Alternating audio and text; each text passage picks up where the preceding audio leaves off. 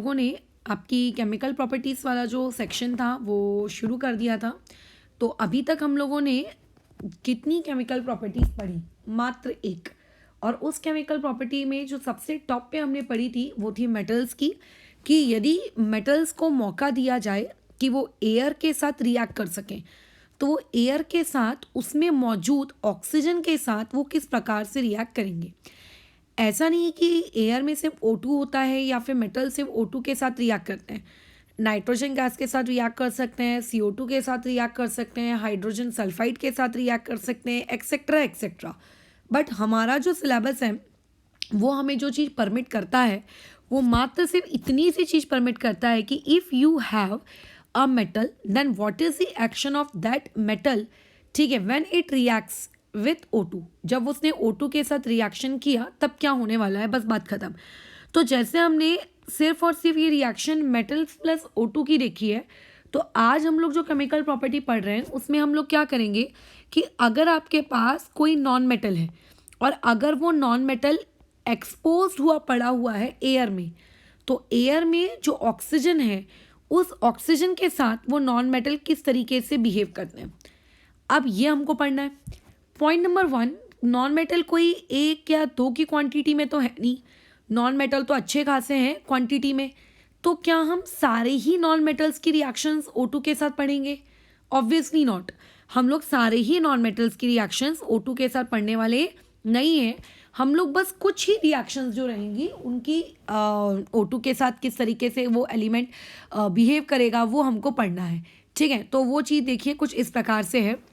अब मान लेते हैं आप लोगों के पास कोई एक नॉन मेटल है, तो सबसे पहले नॉन मेटल की जब भी एक रिएक्शन करवाई जाएगी किसके साथ, O2 के साथ, तो याद रखना O2 के साथ जब भी कोई स्पीशीज़ रिएक्ट करती है, जब भी कोई स्पीशीज़ रिएक्ट करती है तो हमेशा वो स्पीशीज़ और O आपस में कंबाइन हो जाते हैं। ठीक है, वो स्पीशीज़ और वो आपका O आपस में क्या हो जाते हैं, कंबाइन हो जाते हैं। और उस कॉम्बिनेशन को हम लोग क्या कहते हैं, ऑक्साइड्स। उस कॉम्बिनेशन को हम लोग क्या कहते हैं, ऑक्साइड्स। कि वहाँ पे क्या बनता है, आप लोगों का ऑक्साइड्स बनते हैं। जैसे लास्ट वीडियो क्लास में हमने जो चीज़ सीखी थी वो क्या थी कि whenever metal reacts with O2 they form metal oxide. तो whenever non metal reacts with O2 then it will form what, oxides. लेकिन किसके ऑक्साइड्स, नॉन मेटल के ऑक्साइड्स। किसके ऑक्साइड्स, नॉन मेटल के ऑक्साइड्स। ये आप लोगों को पहले पता होना चाहिए कि क्या बनता है। O2 अगर किसी के साथ भी रिएक्ट करे तो क्या बना लेती है, वो ऑक्साइड्स बना लेती है। अगर मेटल के साथ रिएक्ट कर रही है तो मेटल ऑक्साइड बनाएगी, और अगर नॉन मेटल के साथ रिएक्ट कर रही है तो नॉन मेटल ऑक्साइड बनाएगी। लास्ट क्लास में हमने ये देखा था कि जो मेटल ऑक्साइड होता है उस मेटल ऑक्साइड का जो नेचर होता है, नेचर, वो नेचर कैसा होता है, बेसिक। ठीक है, यानी कि आप उस मेटल ऑक्साइड की अगर pH अगर आप कैलकुलेट करो then it will comes out to be more than 7। ठीक है, एट 25 डिग्री सेल्सियस ये हम लोगों के pH स्केल का टेम्परेचर होता है। अगर आप टेम्परेचर वेरी करोगे तो pH की रेंज भी वेरी होती है। या आप 11th स्टैंडर्ड में आयोनिक इक्विलिब्रिया करके एक चैप्टर रहेगा, वहाँ आप सीखेंगे। फिलहाल अभी इस चीज़ का आपसे कोई वास्ता नहीं है। लेकिन ये जो नॉन मेटल के ऑक्साइड्स होते हैं, इन नॉन मेटल के ऑक्साइड्स, मेजॉरिटी ऑफ लोग ये कहते हैं कि नॉन मेटल के जो ऑक्साइड्स हैं these are acidic in nature. लेकिन जब आप 11th में जाएंगे तो ऐसा हमेशा नहीं होता कि हर नॉन मेटल का ऑक्साइड जो है वो आप लोगों का एसिडिक होगा नेचर में। उनमें से कई नॉन मेटल के ऑक्साइड्स ऐसे भी होते हैं जो नेचर वाइज कैसे रहते हैं, आपके न्यूट्रल रहते हैं। तो ये कहना एकदम ट्रू है कि मेटल के ऑक्साइड्स बेसिक होंगे, बट ये कहना कि नॉन मेटल के ऑक्साइड्स हमेशा एसिडिक होंगे, ऐसा नहीं होगा। नॉन मेटल के ऑक्साइड्स एसिडिक भी हो सकते हैं, नॉन मेटल के ऑक्साइड्स न्यूट्रल भी हो सकते हैं। यही हो गया आपका वो पार्ट जिससे क्वेश्चन नंबर 1 आप लोगों का क्या किया जा सकता है, क्रिएट। कि आपको बोल दिया गया कि बताइए ये ऑक्साइड हमने बनाया, ये एसिडिक होगा, बेसिक होगा कि न्यूट्रल होगा, कि एक और ऑप्शन दे देगा both A and B type वाला। तो आप फिर उसमें कैसे बोलोगे कि ये एसिडिक होगा, बेसिक होगा कि बोथ A एंड B। पहले तो देखना उस O के साथ किसको कंबाइन किया गया है। अगर मेटल को किया गया है तो बेसिक रहेगा, अगर नॉन मेटल को किया गया है तो एसिडिक और न्यूट्रल दोनों हो सकता है। अब तुम्हें ऐसा डाउट आ रहा होगा कि हम कैसे पहचानेंगे कि वो एसिडिक होगा कि वो न्यूट्रल होगा। तो देखो उसके लिए ना थोड़ा 11th क्लास तक पहुँचो, केमिस्ट्री वहाँ पढ़ना, ठीक है। और जब वहाँ पे केमिस्ट्री पढ़ोगे तो उस केमिस्ट्री से फिर तुम लोगों को चीज़ें और समझ में आएंगी, ठीक है। वहाँ पे कंसेप्ट आएगा इलेक्ट्रोनेगेटिविटी, उस इलेक्ट्रोनेगेटिविटी वाले कंसेप्ट से हम ये सारी चीज़ें सीखेंगे, रूल्स बनाएंगे, बट अभी वो हमारा पार्ट नहीं है, ठीक है। ये हो गया आपका क्वेश्चन नंबर 1 यहाँ से क्रिएट। अब यहाँ से एक क्वेश्चन और क्रिएट किया जाता है, देखते हैं वो क्वेश्चन क्या है। सबसे पहला पॉइंट, आपके पास आजू बाजू एनवायरनमेंट में अगर मैं देखूं तो हमारे पास इस नॉन मेटल के ऑक्साइड के हमारे पास कितने एग्जाम्पल्स हैं, हमारे पास कौन कौन से एग्जाम्पल्स हैं जो इस नॉन मेटल के ऑक्साइड्स के रेस में खड़े हो सकते हैं। तो हम अपने अगर आजू बाजू देखें तो एक चीज़ जो हमें बड़े बड़े या साफ तौर पे हम लोगों को दिखती है, सबसे फेमस हम लोगों का non metal carbon. Carbon when combines with O2 it forms CO2। Carbon is a non metal और जो वहाँ से CO2 बना वो नॉन मेटल का ऑक्साइड बन गया। ये बहुत ही कॉमन नॉन मेटल ऑक्साइड है। आपके एनवायरनमेंट में लेट्स से सल्फर है, मतलब एनवायरनमेंट नहीं, टायर है, टायर को आपने जलाया, टायर जब जलता है तो उसके अंदर सल्फर मौजूद होता है, तो सल्फर बर्न होकर एटमॉस्फेयर में जाता है। तो वो वाली चीज़ जब O2 के साथ कंबाइन होती है तो वो बना लेती है लेट्स से आपका SO2। This is known as sulphur आपका डाइऑक्साइड। ये आप लोगों के आजू बाजू एटमॉस्फेयर में पाया जाता है ना। सल्फर डाइऑक्साइड हो गया, कार्बन डाइऑक्साइड हो गया, ऐसे और भी हो सकते हैं, बट मैं पूरे पे भाषण या लेक्चर अभी आपको नहीं दे रही हूँ। अच्छा, कार्बन में एक कॉम्बिनेशन ये भी हो सकता है, कार्बन को अगर आपने O2 के साथ रिएक्ट करवाया और उसने बना लिया कार्बन मोनोऑक्साइड। तुम्हें याद होगा जब हम लोगों ने बायोलॉजी का चैप्टर नंबर 1 पढ़े थे, जब रेस्पिरेशन वाला टॉपिक पढ़े थे, तो आपको 2 प्रकार का रेस्पिरेशन बताया था, एरोबिक रेस्पिरेशन और दूसरा कौन सा था आपका एनएरोबिक रेस्पिरेशन। एरोबिक रेस्पिरेशन में भी आपके सेल्स के अंदर में रखा हुआ जो न्यूट्रिएंट होता है, ठीक है, जिस भी फॉर्म में वो हो वही आपका बर्न होता है O2 के साथ, और एनारोबिक में भी वही होता है, लेकिन दोनों के प्रोडक्ट्स अलग अलग बनते हैं, ठीक है। एक में 38 ATP बन जाता है और एक में मात्र 2 ATP बनता है। एक में लैक्टिक एसिड प्रोड्यूस होता है और एक में आप लोगों का H2 और CO2 ऐसा बाय प्रोडक्ट बाहर निकलते हैं। तो ऐसा क्यों हो रहा है? क्योंकि वहाँ पे O2 की क्वांटिटी आपने कम ज़्यादा कर दी है ना। या फिर आप एक एग्जांपल ये भी ले सकते हो, गाड़ी की टंकी में जो पेट्रोल होता है, उस पेट्रोल को जब आप जलाते हो, जब वो कंबशन करता है तो उसके कंबशन से हीट प्रोड्यूस होती है, एज वेल एज वहाँ से आप लोगों का जो साइलेंसर से धुआं निकलता है गंदा सा पॉइजनस, वो कार्बन मोनोऑक्साइड का निकलता है जो टंकी के अंदर पेट्रोल के जलने की वजह से प्रोड्यूस हुआ।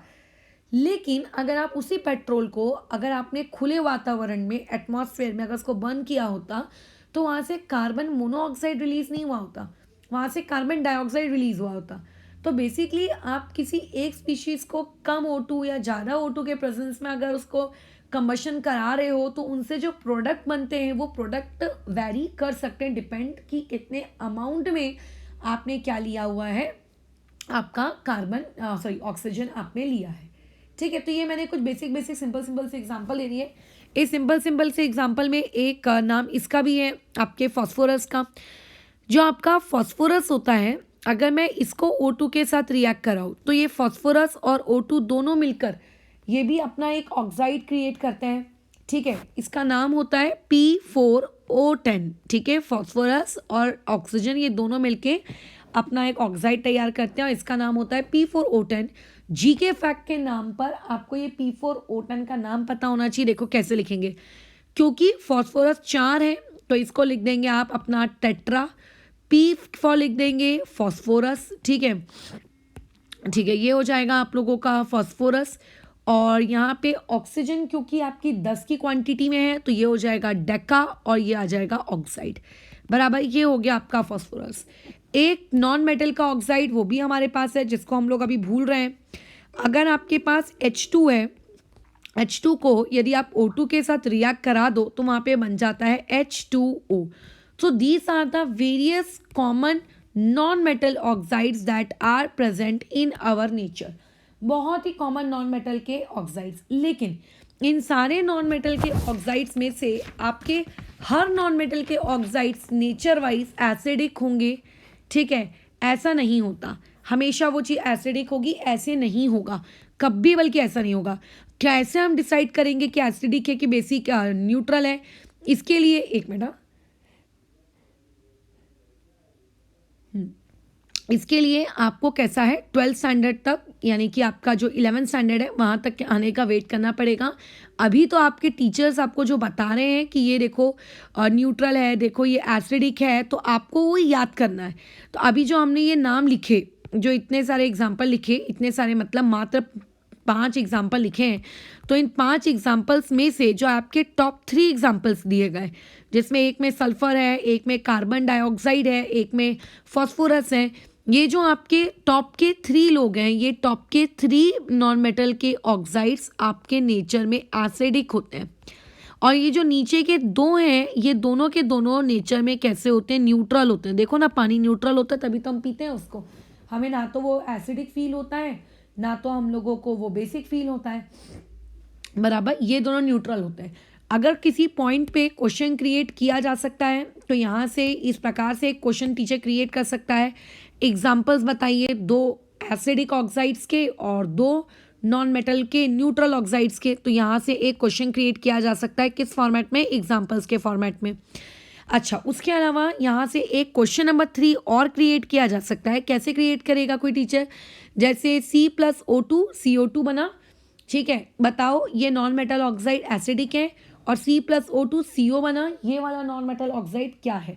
तो ये जो आपका पर्टिकुलर पॉइंट है ना, ये पर्टिकुलर पॉइंट जिसमें आप लोगों को पता होना चाहिए कि कार्बन डाइऑक्साइड जो होती है, कार्बन डाइऑक्साइड आप लोगों की एसिडिक होती है, लेकिन जो कार्बन मोनोऑक्साइड होती है, ये कार्बन मोनोऑक्साइड हमारे पास कैसी है? न्यूट्रल ऑक्साइड्स है। बस यहाँ से एक क्वेश्चन क्रिएट किया जा सकता है, क्वेश्चन नंबर 3, ठीक है। तो क्वेश्चन नंबर 3 आपका कहाँ से आएगा? CO2 वर्सेस आपके CO के ऑक्साइड्स के। क्योंकि हो सकता है कि इंसान के दिमाग में ये चीज़ अच्छे से रटी हुई हो कि नहीं, हमेशा हमारा CO2 एसिडिक है तो CO भी हम लोगों का एसिडिक होगा, बट ऐसा नहीं है। कार्बन मोनोऑक्साइड आपका एक न्यूट्रल ऑक्साइड है, ठीक है।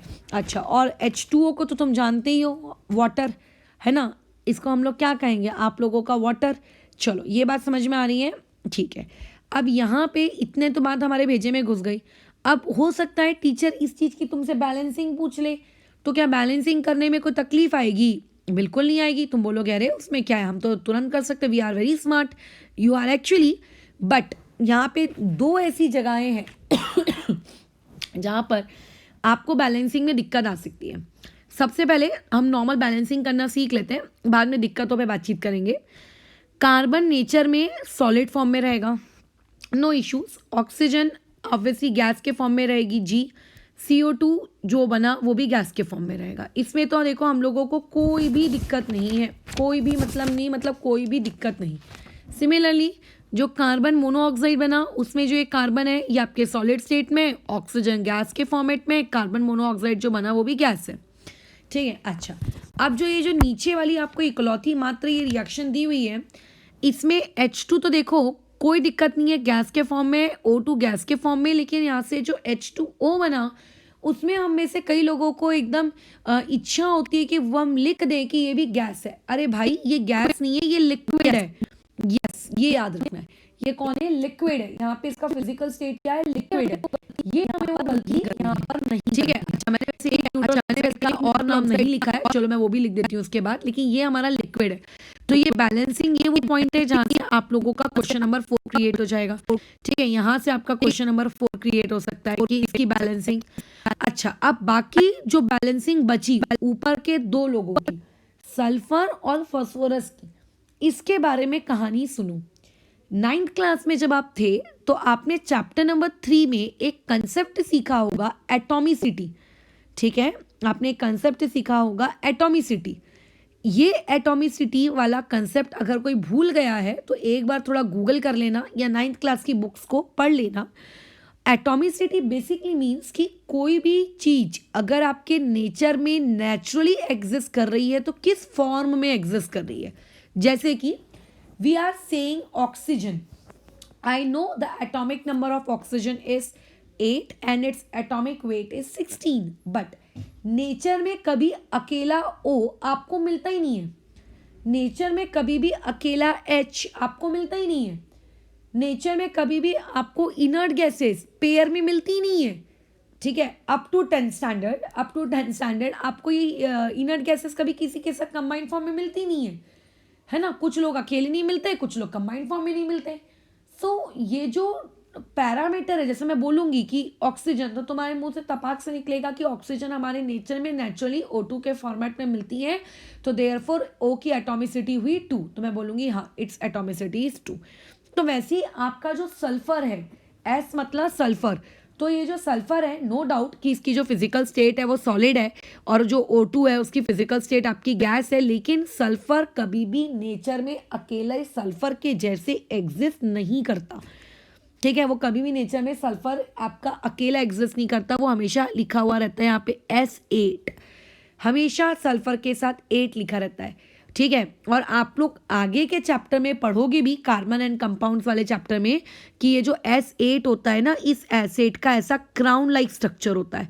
ठीक है, मतलब इसके स्ट्रक्चर को अगर देखा जाए, एनालाइज किया गया होगा, तो मैंने भले ही क्राउन अच्छे से बनाया नहीं है, ठीक है, लेकिन इसका इस प्रकार से क्राउन लाइक स्ट्रक्चर होता है आपके S8 का.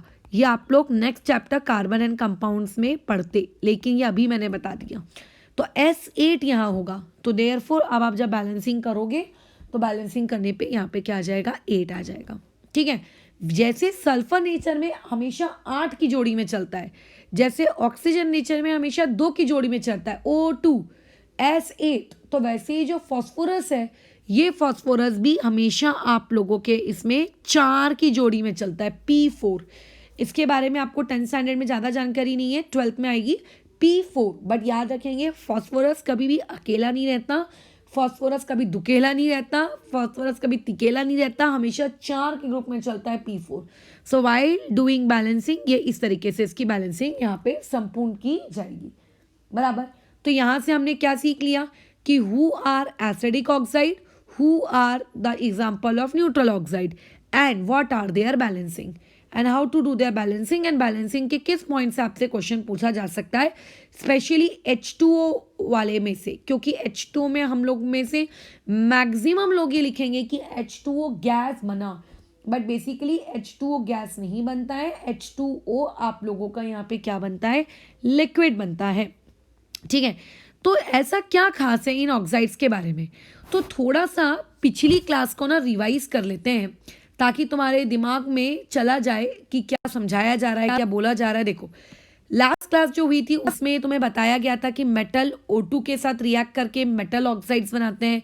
मेटल ऑक्साइड्स का जो नेचर होता है वो बेसिक होता है, pH ग्रेटर देन 7 होगा. एक मिनट, pH में मैंने गड़बड़ कर दी थी क्या, नहीं बराबर है, pH आपका ग्रेटर देन 7 होगा. रेड लिटमस पेपर आपका अगर आपने यूज़ किया तो वो ब्लू में कन्वर्ट हो जाएगा, है ना, वगैरह वगैरह वाली बातचीत की थी, एक्सेट्रा एक्सेट्रा. कुछ एग्जांपल्स दिए थे, बहुत सारी बकवास भी की थी कि यहाँ से ये क्वेश्चन आ जाएगा, वहाँ से वो आ जाएगा.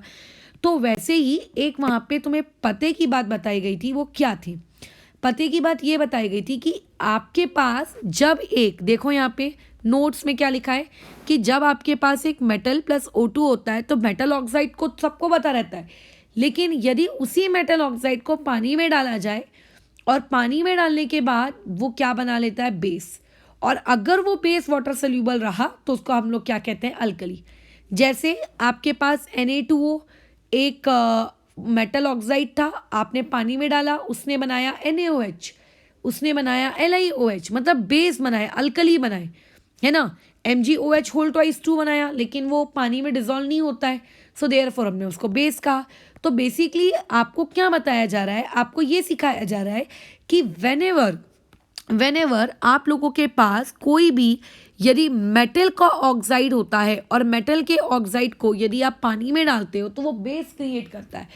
तो सिमिलरली अगर मान लेते हैं आप लोगों के पास कोई नॉन मेटल का ऑक्साइड अगर होता और नॉन मेटल के ऑक्साइड को यदि हम पानी में डालते तो पानी में जाने के बाद वो खुद क्या क्रिएट करता. तो अगर आपके पास नॉन मेटल के ऑक्साइड है, अब नॉन मेटल के ऑक्साइड में आपके पास 2 ऑप्शन है. या तो आप एसिडिक वालों को ले लो या तो आप न्यूट्रल वालों को ले लो। तो हम लोग एसिडिक वालों की बात कर रहे हैं। हम लोग किसकी बात कर रहे हैं? एसिडिक वालों की बात कर रहे हैं, जैसे कि CO2, SO2, P4O10 इनकी। तो जब आपके पास कोई नॉन मेटल का ऑक्साइड होता है और उस नॉन मेटल के ऑक्साइड को यदि आप पानी में डालते हो तो पानी में चले जाने के बाद वहाँ से वो एसिड क्रिएट करता है। क्या क्रिएट करता है? एसिड। सबसे important part, how metal oxide and non metal oxides are different from each other. When metal oxide is dissolved in water it forms a base, ठीक है। But when a non metal oxide, specially acidic one, not neutral one, is dissolved in water it forms a acid, acid. अगर acid बनेगा तो obvious है कि उसका जो pH होगा वो pH <7 होगा। और अगर उसका pH <7 होगा तो हम लोग यहाँ पे क्या करेंगे, आप लोगों का जो ब्लू लिटमस पेपर है उस ब्लू लिटमस पेपर को हम लोग यहाँ पे क्या करेंगे, यूज़ करेंगे। और अगर आपने ब्लू लिटमस पेपर यूज़ किया तो आपका बन जाएगा वो किस में, रेड में कन्वर्ट। तो अब इसके बस आपको एग्जाम्पल्स याद रखने हैं। जैसे हम लोगों के पास बताइए एसिडिक नॉन मेटल के ऑक्साइड कौन कौन से होते हैं। एसिडिक नॉन मेटल के ऑक्साइड में पहला नाम आता है CO2 का। अब इसी CO2 को यदि तुमने H2O के साथ रिएक्ट करवा दिया, CO2 कैसी गैस, H2O बोलो कैसा लिक्विड, इन दोनों का अगर आपस में रिएक्ट करा दिया तो मैं तो जानती हूँ कि बनने तो वाला है एसिड, बट कौन सा acid. So whenever CO2 reacts with the H2O it forms H2CO3 which is known as carbonic acid. कौन सा एसिड है ये? It is known as carbonic acid.